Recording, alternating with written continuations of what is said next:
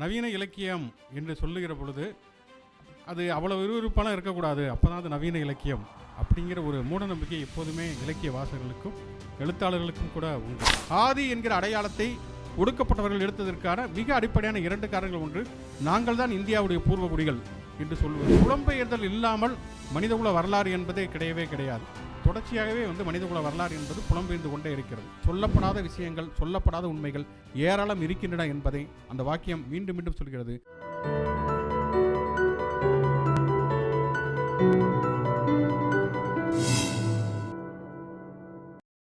பொதுவாக புத்தக வெளியீட்டு விழாக்களில் நம்முடைய திரைப்பட இயக்குனர்கள் நான் அந்த புத்தகத்தை படிக்கல அப்படின்னு சொல்லி பேச ஆரம்பிப்பாங்க. அந்த மாதிரி பேச ஆரம்பிச்சிருப்போம். இங்கே இருக்கக்கூடிய இயக்குனர்கள் வசந்தபாலனாக இருக்கட்டும் அல்லது கருவழனியப்பனாக இருக்கட்டும், அவங்க இலக்கியத்தில் தொடர்ச்சியான வாசிப்புகளை உடையவர்கள். வசந்தபாலன் இலக்கியத்தை வைத்து அடிப்படையாக கொண்டு திரைப்படங்கள் இயக்கியிருக்கார். அதே போல் கருவழனியப்பனும் தொடர்ச்சியாக வாசிப்பை தொடர்ச்சியாக முன்வைத்து கொண்டிருக்கக்கூடிய ஒரு இயக்குனர். ஆனால் எனக்கு அதுக்கப்புறம் இந்த நாவலை படிக்க ஆரம்பித்ததுக்கு பிறகு ரொம்ப விறுவிறுப்பாக இருந்தது. எனக்கு ஒரு சந்தேகம் கூட இருந்தது. நீலகண்டத்தை கூட கேட்டேன், இந்த நாவல் டெலுக்ஸன் எழுதினாரா இல்லை சோபா சக்தி தான் எழுதினாரா அப்படிங்கிற ஒரு சந்தேகம் எனக்கு இருந்தது. ஏன்னா சோபா சக்தி எடிட் பண்ணியிருக்கார் அப்படின்னு கேள்விப்பட்டேன். ஒரு விறுவிறுப்பான ஒரு நாவல். அதாவது பொதுவாக நவீன இலக்கியம் என்று சொல்லுகிற பொழுது அது அவ்வளோ விறுவிறுப்பான இருக்கக்கூடாது, அப்போ தான் அது நவீன இலக்கியம் அப்படிங்கிற ஒரு மூடநம்பிக்கை எப்போதுமே இலக்கிய வாசகர்களுக்கும் எழுத்தாளர்களுக்கும் கூட உண்டு. நம்ம நிறைய இலக்கியங்கள், லெஜெண்ட்ஸ் சொல்லப்படக்கூடிய ஆளுமைகளுடைய இலக்கியங்கள் அதெல்லாம் படிக்கிறப்ப உண்மையிலேயே நம்ம வாசிப்பில் ஏதாவது பிரச்சனை இருக்குதா அல்லது மற்றவர்களிடம் பிரச்சனை இருக்குதா அப்படிங்கிற மாதிரியான சந்தேகங்கள்லாம் வரும். சில நாவல்கள் நமக்கு ரொம்பவே பிடித்திருந்தால் கூட அந்த நாவலை நமக்கு 100% பிடித்தமானதாக இருக்காது. அதில் ஏதாவது ஒரு 10% அல்லது 30% இந்த மாதிரியான பகுதிகள் இந்த நாவலுக்கு தேவையே இல்லையே, ஒரு 150 பக்கத்தை எடிட் பண்ணி தூக்கி போட்டுடலாமே அப்படிங்கிற மாதிரியான விஷயங்கள்லாம் தோன்றும். ஆனால் இந்த நாவல் உண்மையிலே அப்படி தோன்றவில்லை.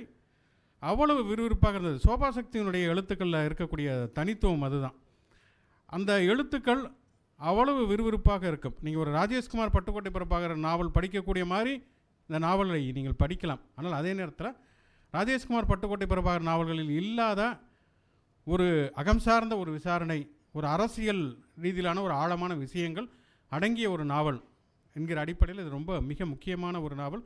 மிக முக்கியமான நாவல் அப்படிங்கிறத தாண்டி ரொம்ப சுவாரஸ்யமான நாவல். ஏன்னா பொதுவாக முக்கியமான நாவல்னால் அவ்வளோ சுவாரஸ்யம் இல்லாத நாவல் அப்படிங்கிறது தான் நம்முடைய நம்பிக்கை என்கிற காரணத்தினால முக்கியமான அதே நேரத்தில் ரொம்ப சுவாரஸ்யமான நாவல்னு சொல்லலாம். கண்டிப்பாக ஒரு திரைப்படமாக எடுக்கக்கூடிய அளவிற்கு ஒரு விறுவிறுப்பான ஒரு நாவல் அப்படின்னு சொல்லலாம். இந்த நாவலை பொறுத்த வரைக்கும் நான் 3 விஷயங்கள் பேசலாம் அப்படின்னு நினச்சிருந்தேன். எனக்கு முன்னால் அருண் கண்ணனாக இருந்தாலும் சரி அல்லது ஓவியாவும் கூட அந்த புள்ளிகளை தான் தொட்டு பேசியிருந்தார்கள். இன்னும் சொல்லப்போனால் இந்த நாவலை படிக்கிற பொழுது அந்த புள்ளிகளை தொட்டு பேசுவது அப்படிங்கிறது ஒரு தவிர்க்க முடியாத ஒரு விஷயம். தொட்டு பேசுவது தேவையான ஒரு விஷயமும் கூட. முதல்ல இந்த நாவல் தொடங்கக்கூடிய புள்ளி என்பது பூர்வகுடிகள் யார் என்கிற புள்ளியிலிருந்து தான் அது தொடங்குகிறது. இந்த கதையினுடைய நாயகன், என கதையினுடைய நாயகன் என்று சொல்வதற்கு காரணம், இந்த நாவல் என்பது ஒரு தன் வரலாற்றை அடிப்படையாக கொண்டிருக்கக்கூடிய ஒரு நாவல் என்றாலும் கூட முழுக்க இது ஒரு தன் வரலாறு அல்ல, அது புனைவும் உண்மைகளும் கலந்த ஒரு நாவல். இதில் எது உண்மை எது புனைவு அப்படின்னு தேட வேண்டிய ஒரு அவசியம் கண்டிப்பாக ஒரு வாசகருக்கு கிடையாது. தனிப்பட்ட முறையில் அவர்கிட்ட கேட்டு தெரிந்து கொள்வது என்பது வேறு. ஆனால் ஒரு வாசகர், ஒரு அறியப்படாத ஒரு வாசகர், அது ஒரு எழுத்தாளரை நேரடியாக பரிச்சயம் இல்லாத ஒரு வாசகர் அந்த நாவல் என்ன சொல்லுகிறது என்பதை பார்த்து தான் அவர் ஒரு முடிவுக்கு வருவார். இது ஒரு தன் வரலாற்றை அடிப்படையாக கொண்டிருக்கக்கூடிய ஒரு நாவல் அப்படிங்கிற அடிப்படையில் இந்த நாவல் தொடங்கக்கூடிய ஒரு புள்ளி என்பதே அந்த கதையினுடைய நாயகன். அந்த நாயகனுக்கு ஒரு மகள் இருக்கிறார். அந்த மகள் ஆப்பிரிக்காவில் இருக்கக்கூடிய திவி என்கிற ஒரு பழங்குடி இனத்தைச் சேர்ந்த ஒரு மகள். அந்த குழந்தை கேட்கிறது, அப்பா திவி இந்த நாட்டினுடைய பூர்வகுடியா அப்படிங்கிற கேள்வியை முன்வைக்கிறார். அப்போ அந்த கதை நாயகன் சொல்லுகிறார், பூர்வகுடிகள் என்றெல்லாம் யாரும் கிடையாது, உலகத்தில் இருக்கக்கூடிய எல்லா இனங்களுமே புலம்பெயர்ந்து வந்தவர்கள் தான் என்கிற ஒரு விஷயத்தை சொல்லுகிறார். இப்போ இதிலிருந்து தான் இந்த நாவலுடைய அரசியல் தொடங்குகிறது என்று சொல்லலாம். இந்த நாவலுக்கு வெளியிலும் கூட அந்த அரசியலை பற்றி பேச வேண்டிய ஒரு அவசியம் இருக்கிறது. ஏனென்று சொன்னால் இது ஒரு வரலாற்று உண்மை. இன்றைக்கு நமக்கு கிடைத்திருக்கக்கூடிய ஒரு கடைசியாக நாம் அறிந்திருக்கக்கூடிய ஒரு மானுடவியல் ஆய்வுகள் அல்லது தொல்லியல் அகலாய்வு முடிவுகளின்படி மனிதகுலம் என்பது ஆப்பிரிக்காவில் தான் முதலில் உருவானது. அதற்கு பிறகு உலகம் முழுக்க பரவலாக புலம்பெயர்ந்தல் நடந்தது என்பது ஒரு வழக்கமாக நமக்கு இருக்கக்கூடிய ஒரு கருத்து. உலகத்தில் வெவ்வேறு பகுதிகளிலே ஒரே நேரத்தில் மனித இனம் தோன்றி இருக்குமா என்பதெல்லாம் அது அந்த துறை சார்ந்த நிபுணர்கள் தான் சொல்ல வேண்டும். ஆனால் புலம்பெயர்தல் இல்லாமல் மனிதகுல வரலாறு என்பதே கிடையவே கிடையாது. தொடர்ச்சியாகவே மனிதகுல வரலாறு என்பது புலம்பெயர்ந்து கொண்டே இருக்கிறது. நம்முடைய பாலகிருஷ்ணன் ஐஏஎஸ் அந்த சிந்து சமவெளி பற்றிய புத்தகத்திலே கூட அவர் சொல்லுவார், சிந்து சமவெளியிலே இருந்துதான் திராவிடர்கள் அல்லது தமிழர்கள் என்பது இந்தியாவுடைய பல பகுதிகளுக்கும் பரவி இருக்கிறார்கள். சங்க இலக்கியத்திலே ஒட்டகத்தை பற்றி ஒரு பாடல் வருகிறது. ஒட்டகத்திற்கும் தமிழ்நாட்டுக்கும் எந்த சம்பந்தமே கிடையாது. அப்போ ஒரு ராஜஸ்தானில் இருக்கக்கூடிய ஒரு ஒட்டகத்தை தொல்நினைவிலே சேமித்து வைத்து தான் சங்க இலக்கியத்திலே பதியப்பட்டிருக்கிறது என்கிற ஒரு விஷயத்தை சொல்வார். அப்போ புலம்பெயர்தல் என்பதுதான் ஒரு வரலாறாகவே தொடர்ச்சியாகவே இருந்து கொண்டிருக்கிறது என்பதை நம்ம பார்க்கிறோம். இப்போ இந்த பூர்வகுடி என்று பேசுகிற பொழுது இது ஒரு ஈழத்து நாவல். ஈழத்தில் இருக்கக்கூடிய ஒரு அரசியல் என்பது இலங்கையிலே இருக்கக்கூடிய சிங்களவர்கள் தான் பூர்வகுடிகள் என்பது இலங்கையிலே இருக்கக்கூடியவர்களுடைய ஒரு நம்பிக்கை. இல்லை, தமிழர்கள் தான் பூர்வகுடிகள் என்பது ஈழத்தமிழர்களுடைய நம்பிக்கை. இதை அடிப்படையாக வைத்து தான் இன முரண்பாடுகளின் அடிப்படையிலே ஒரு தேசிய விடுதலை இயக்கம் தோன்றுகிறது. அதற்கு எதிரான ஒரு போர் 30 ஆண்டுகளாக நடந்து அந்த 30 ஆண்டுகளுடைய போர் முடிவுற்று இப்பொழுது கிட்டத்தட்ட 2009 ஒரு 16 ஆண்டு காலத்தை நாம் கடந்து வந்திருக்கிறோம். அப்போ பூர்வகுடி என்கிற அரசியலை முன்வைத்து நடந்த ஒரு போர், அந்த போர் நடந்த காலகட்டத்திலும் சரி, அந்த போர் நடந்து முடிந்த காலகட்டத்திலும் சரி, அதற்கு பிறகு தமிழர்கள் உலகம் முழுக்க புலம்பெயர்ந்து வாழக்கூடிய ஒரு சூழலுக்கு தள்ளப்பட்டார்கள். அவர்கள் விரும்பி அல்ல, விரும்பாமல் கூட புலம்பெயர்ந்து வாழக்கூடிய ஒரு சூழலுக்கு தள்ளப்பட்டார்கள். அப்போ பூர்வகுடி வெர்சஸ் புலம்பெயர்தல் என்கிற இந்த இரண்டு முரண்பாடான இருமை எதிர்வுகள் என்பது தொடர்ச்சியாக மனிதகுல வரலாறாக இருக்கிறது. புலம்பெயர்ந்துதான் மனிதர்கள் உலகம் முழுக்க வந்து அந்தந்த நாடுகளிலே தங்கி அங்கங்கே தேசிய இனங்களாக வாழ ஆரம்பித்தார்கள் என்பது எப்படி ஒரு மனிதகுல வரலாறாக இருக்கிறதோ, அதுபோல ஒரு பூர்வகுடி அரசியலை முன்வைத்து நடத்தப்பட்ட போர் என்பது கடைசியிலே புலம்பெயர்தலுக்கு இட்டுச் சென்றது என்பதும் ஒரு வரலாறாக நாம் பார்க்க முடியும்.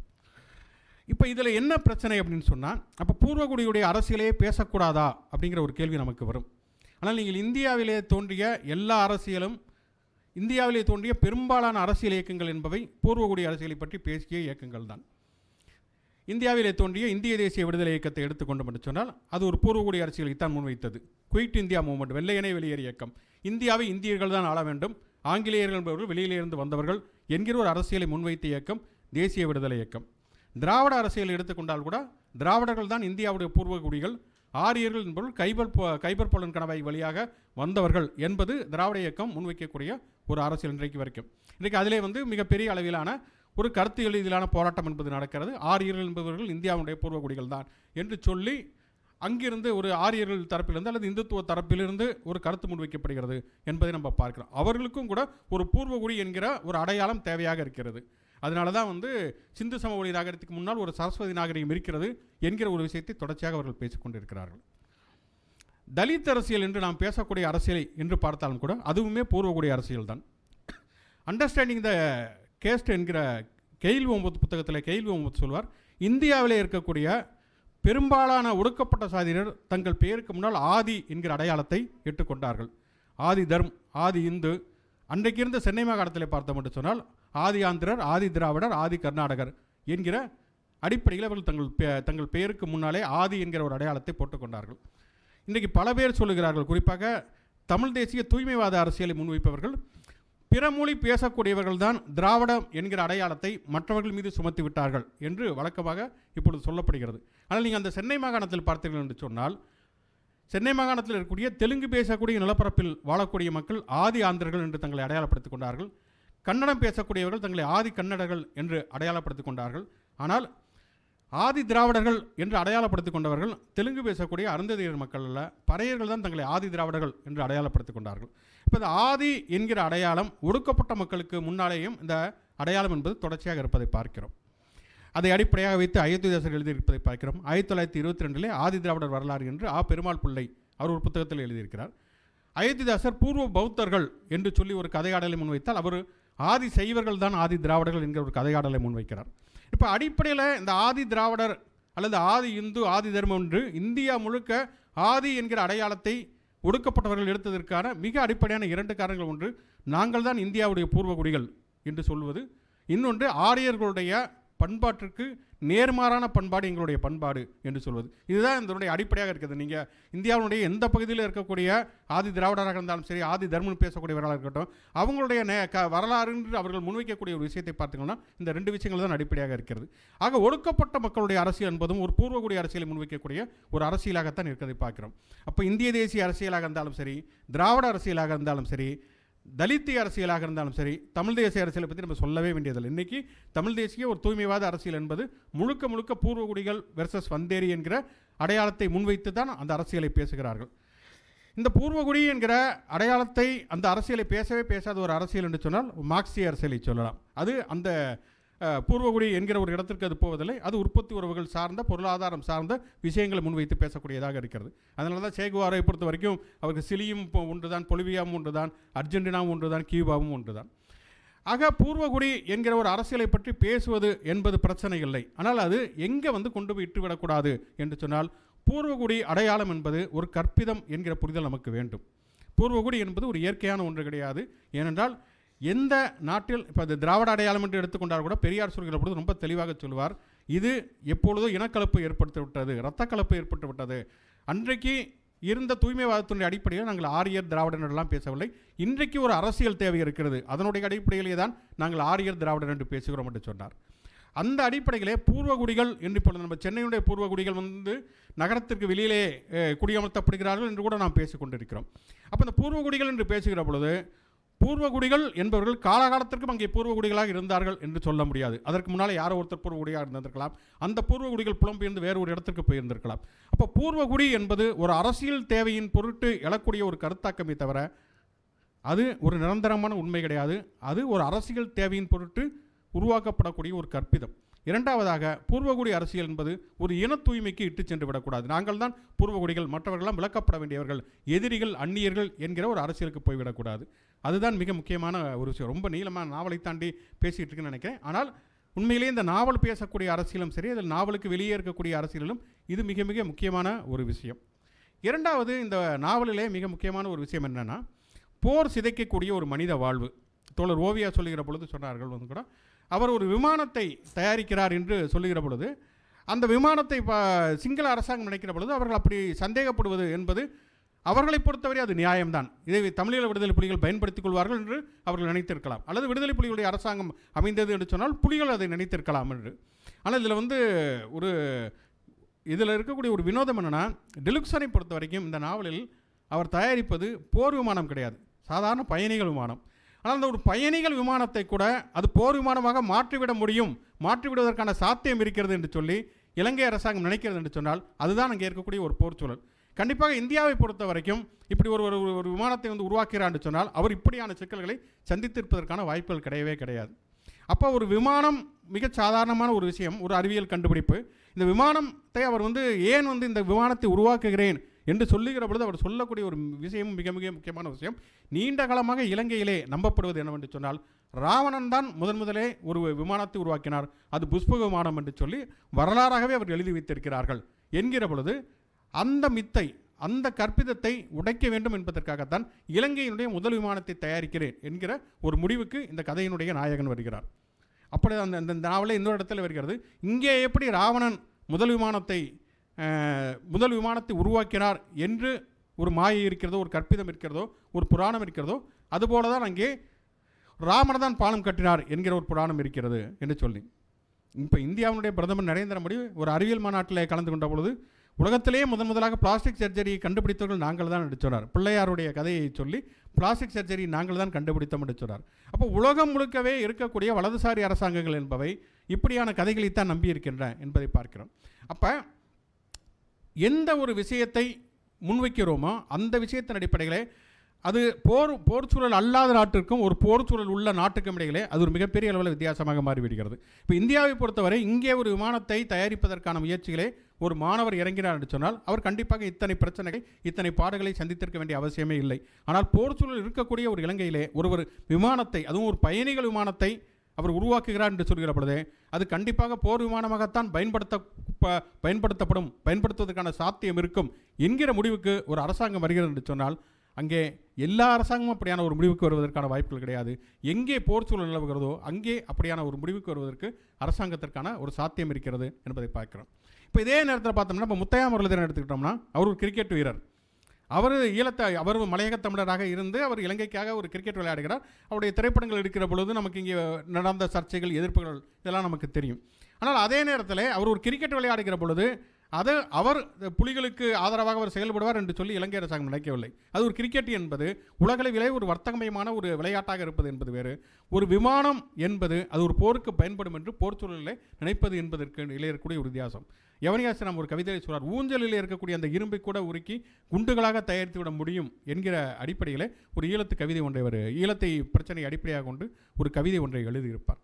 அப்போ இந்த இப்போ போர் சூழல் என்பது போர் யாருக்கும் இடையில் நிகழ்கிறது. இலங்கை இராணுவத்திற்கும் தமிழீழ விடுதலை புலிகள் இயக்கத்திற்கும் நடக்கிறது, அல்லது வெவ்வேறு விதமான இயக்கங்களுக்கும் இலங்கை இராணுவத்துக்கும் இடையில் நடக்கிறது, அல்லது இந்திய இராணுவத்துக்கும் புலிகளுக்கும் இடையில் நடக்கிறது, அல்லது இந்திய இராணுவத்துக்கும் இலங்கை இராணுவத்துக்கும் இடையில் நடக்கிறது. இதில் ஒரு பக்கத்திலேயே சொல்லுவது எத்தனை விதமான போர்கள் இங்கே நடைபெற்றன என்பது ஒரு மிகப்பெரிய பட்டியலில் அவர் இட்டிருப்பார்.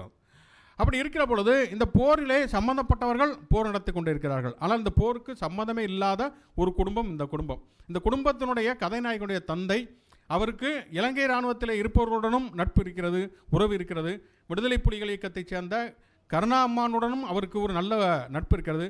நட்பு என்று சொன்னால் அவர் விமர்சனம் வைக்கக்கூடிய அளவிற்கு அவருக்கு ஒரு நட்பு, ஒரு உறவு இருக்கிறது.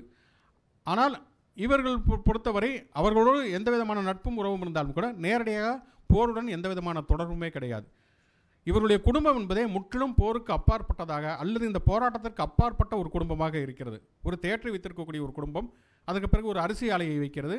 அந்த பையனை பொறுத்த வரைக்கும் ஒரு விமான பயிற்சி கல்லூரியில் சேர்ந்து படித்து ஒரு விமானத்தை உருவாக்க வேண்டும், அவ்வளோதான். மிக மிக ஒரு எளிய கனவு. அவரை பொறுத்த வரைக்கும் அது ஒரு வலிமையான கனவு, ஆனால் மிகச் சாதாரணமாக எல்லா மாணவருக்கும் இருக்கக்கூடிய ஒரு கனவு. அந்த கனவினை கொண்டிருக்கக்கூடிய ஒரு மிகச் சாதாரணமான ஒரு குடும்பம். இவர்களுக்கும் போருக்கும் எந்த விதமான தொடர்பும் இல்லை. ஆனால் இவருடைய குடும்பத்தை சிதைத்து போடுவது, முற்றிலுமாக இவருடைய வாழ்க்கையை கிழித்து போடுவது, இவர்கள் விரும்பாத, இவர்கள் மீது திணிக்கப்பட்டிருக்கக்கூடிய ஒரு போர் சூழல் தான் என்பதை பார்க்கிறோம். ஒரு அரிசி ஆலையிலிருந்து கன்னிவெடி தாக்குதல் நடப்பதில் இருந்து ஆரம்பித்து தொடர்ச்சியாக அது நடப்பதை நம்ம பார்க்கிறோம்.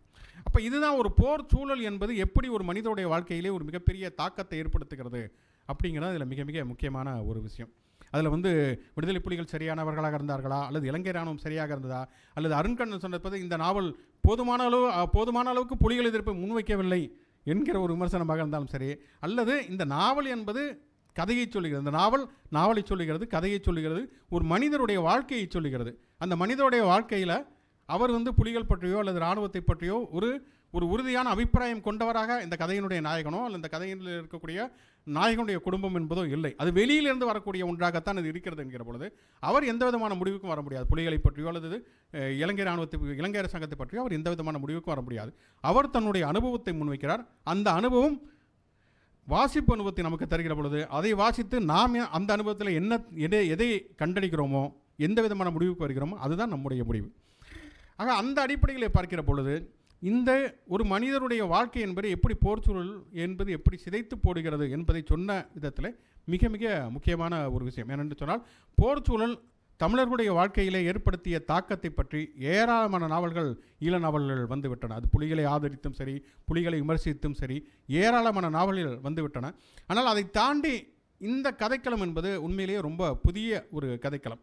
போருக்கு சம்பந்தமில்லாத பெரும்பாலும் அப்படி வந்திருக்கக்கூடிய நாவல்கள்லாம் ஏதோ ஒரு வகையிலே போருக்கு தொடர்புடைய மனிதர்களை பற்றிய கதைகளாகத்தான் வந்திருக்கின்றன. ஒன்று, அந்த கதையினுடைய நாயகன் ஒரு இயக்கத்தில் இருந்து வெளியேறியவராக இருப்பார், அல்லது ஒரு துரோகம் செய்தவராக இருப்பார், அல்லது ஒரு ஜேவிபியில் இருந்தவராக இருப்பார் என்று சொல்லி ஏதோ ஒரு வகையிலே போர் சார்ந்த ஒரு இயக்கத்திலோ அல்லது இலங்கை அரசாங்கத்தோடு தொடர்புடையவராகவோ ஏதோ ஒரு வகையில் அப்படிப்பட்ட கதை மாதர்களை கொண்ட நாவல்கள் தான் பெரும்பாலும் வந்திருக்கின்றன என்று நினைக்கிறேன். இந்த நாவல் என்பது முற்றிலுமாக போருக்கு சம்மந்தமில்லாத அவர் ஒரு விமானத்தை செய்வதற்கு ஆசைப்படுகிறார். அந்த விமானத்தை செய்வதற்கு ஆசைப்படுவது என்பதை ஒரு மிகப்பெரிய குற்றமாக மாறிவிடுகிறது. அப்படிங்கிறது தான் இந்த நாவலில் இருக்கக்கூடிய ஒரு மிக முக்கியமான ஒரு விஷயம். அதுதான் இந்த நாவலை மற்ற நாவல்களிலிருந்து தனித்து காட்டுகிறது அப்படின்னு நினைக்கிறேன். அதே மாதிரி மூன்றாவது, இந்த நாவலில் இருக்கக்கூடிய மிக முக்கியமான ஒரு விஷயம், இந்த நாவலில் பல இடங்களில் இது குறித்து பின்னர் சொல்கிறேன் என்கிற ஒரு வாக்கியம் தொடர்ச்சியாக தொடர்ந்து கொண்டே இருக்கும், நிழல் போல தொடர்ந்து கொண்டே இருக்கும். முதல் அத்தியாயத்திலிருந்து கடைசி அத்தியாயம் வரைக்கும் இது குறித்து பின்னர் சொல்கிறேன் அப்படின்னு வரும். ஒரு தொடக்கநிலை வாசகருக்கு சரி பின்னாடி ஏதோ சொல்ல போகிறாரு அப்படிங்கிற மாதிரியான ஒரு எண்ணத்தில் தான் இந்த நாவலை தொடர்ச்சியாக படிப்பார். ஆனால் இது ஒரு உத்தி என்பது தொடர்ச்சியாக தேர்ந்த வாசகர்களுக்கு தொடர்ச்சியாக படித்துக் கொண்டிருப்பவர்களுக்கு தெரியும். ஏனென்று சொன்னால் இது குறித்து பின்னர் சொல்கிறேன் என்பது அவர் ஏதோ சம்பவத்தை சொல்லவில்லை, அவர் வாழ்க்கையை சொல்லுகிறார். சொன்ன விஷயங்களை விட சொல்லப்படாத விஷயங்களில் தான் வாழ்க்கை என்பது இருக்கிறது. இந்த நாவலை பொறுத்த வரைக்கும் எது உண்மை எது புனைவு என்பதை தாண்டி இந்த நாவலில் சொன்ன விஷயத்தை தாண்டி சொல்லப்படாத விஷயங்களும் நிறைய இருக்கிறது என்பதுதான் இது குறித்து பின்னர் சொல்கிறேன் என்பது மீண்டும் மீண்டும் சொல்கிறது. மேலும் இது இந்த கதையினுடைய நாயகன், அவர் சார்ந்த குடும்பம், அவர் முன்னெடுக்கக்கூடிய ஒரு முயற்சி, அவருக்கு ஏற்பட்ட ஒரு நிலை என்பதை பற்றி சொன்னாலும் கூட அது அவருடைய வாழ்க்கையோடு அது முடிந்து விடுவதில்லை. அதை தாண்டி சொல்லப்படாத விஷயங்கள், சொல்லப்படாத உண்மைகள் ஏராளம் இருக்கின்றன என்பதை அந்த வாக்கியம் மீண்டும் மீண்டும் சொல்கிறது. இது குறித்து பின்னர் சொல்கிறேன், இது குறித்து பின்னர் சொல்கிறேன் என்று சொல்லி அப்படி சொல்லப்படாத விஷயங்கள் தான் தொடர்ச்சியாக ஈழத்திலிருந்து இலக்கியமாக வந்து கொண்டே இருக்கிறது. கிட்டத்தட்ட ஒரு 20-30 ஆண்டுகளாக ஈழ இலக்கியம் என்பது மிகுந்த ஒரு வீரியத்தோடு, படைப்பு வீரியத்தோடு வந்து கொண்டிருக்கிறது. தமிழ் இலக்கியங்களும் வீரியத்தோடு வந்திருக்கிறது. பல சண்டைகள் வந்திருக்கிறது. தமிழ் இலக்கியத்திற்கு புலம்பெயர்ந்த இலக்கியம் தான் தலைமை தாங்கும் என்கிற ஒரு ஸ்டேட்மெண்ட், யாருடைய ஸ்டேட்மெண்ட் ஞாபகம், அது சொல்லி மிகப்பெரிய அளவில் சர்ச்சைகள், விவாதங்கள் எல்லாம் கிளம்பின.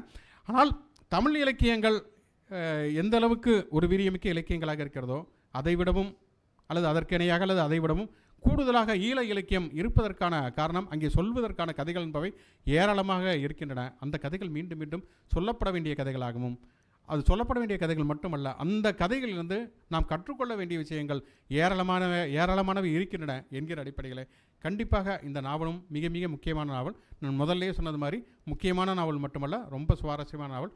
கண்டிப்பாக நாவலை வாங்கி படியுங்கள். தொடர்ந்து உயிர்மை டிவியோட வீடியோஸை பார்க்க சேனலை சப்ஸ்கிரைப் பண்ணுங்கள். உடனடி அப்டேட்ஸை பெற பெல் ஐக்கானை ப்ரெஸ் பண்ணுங்கள்.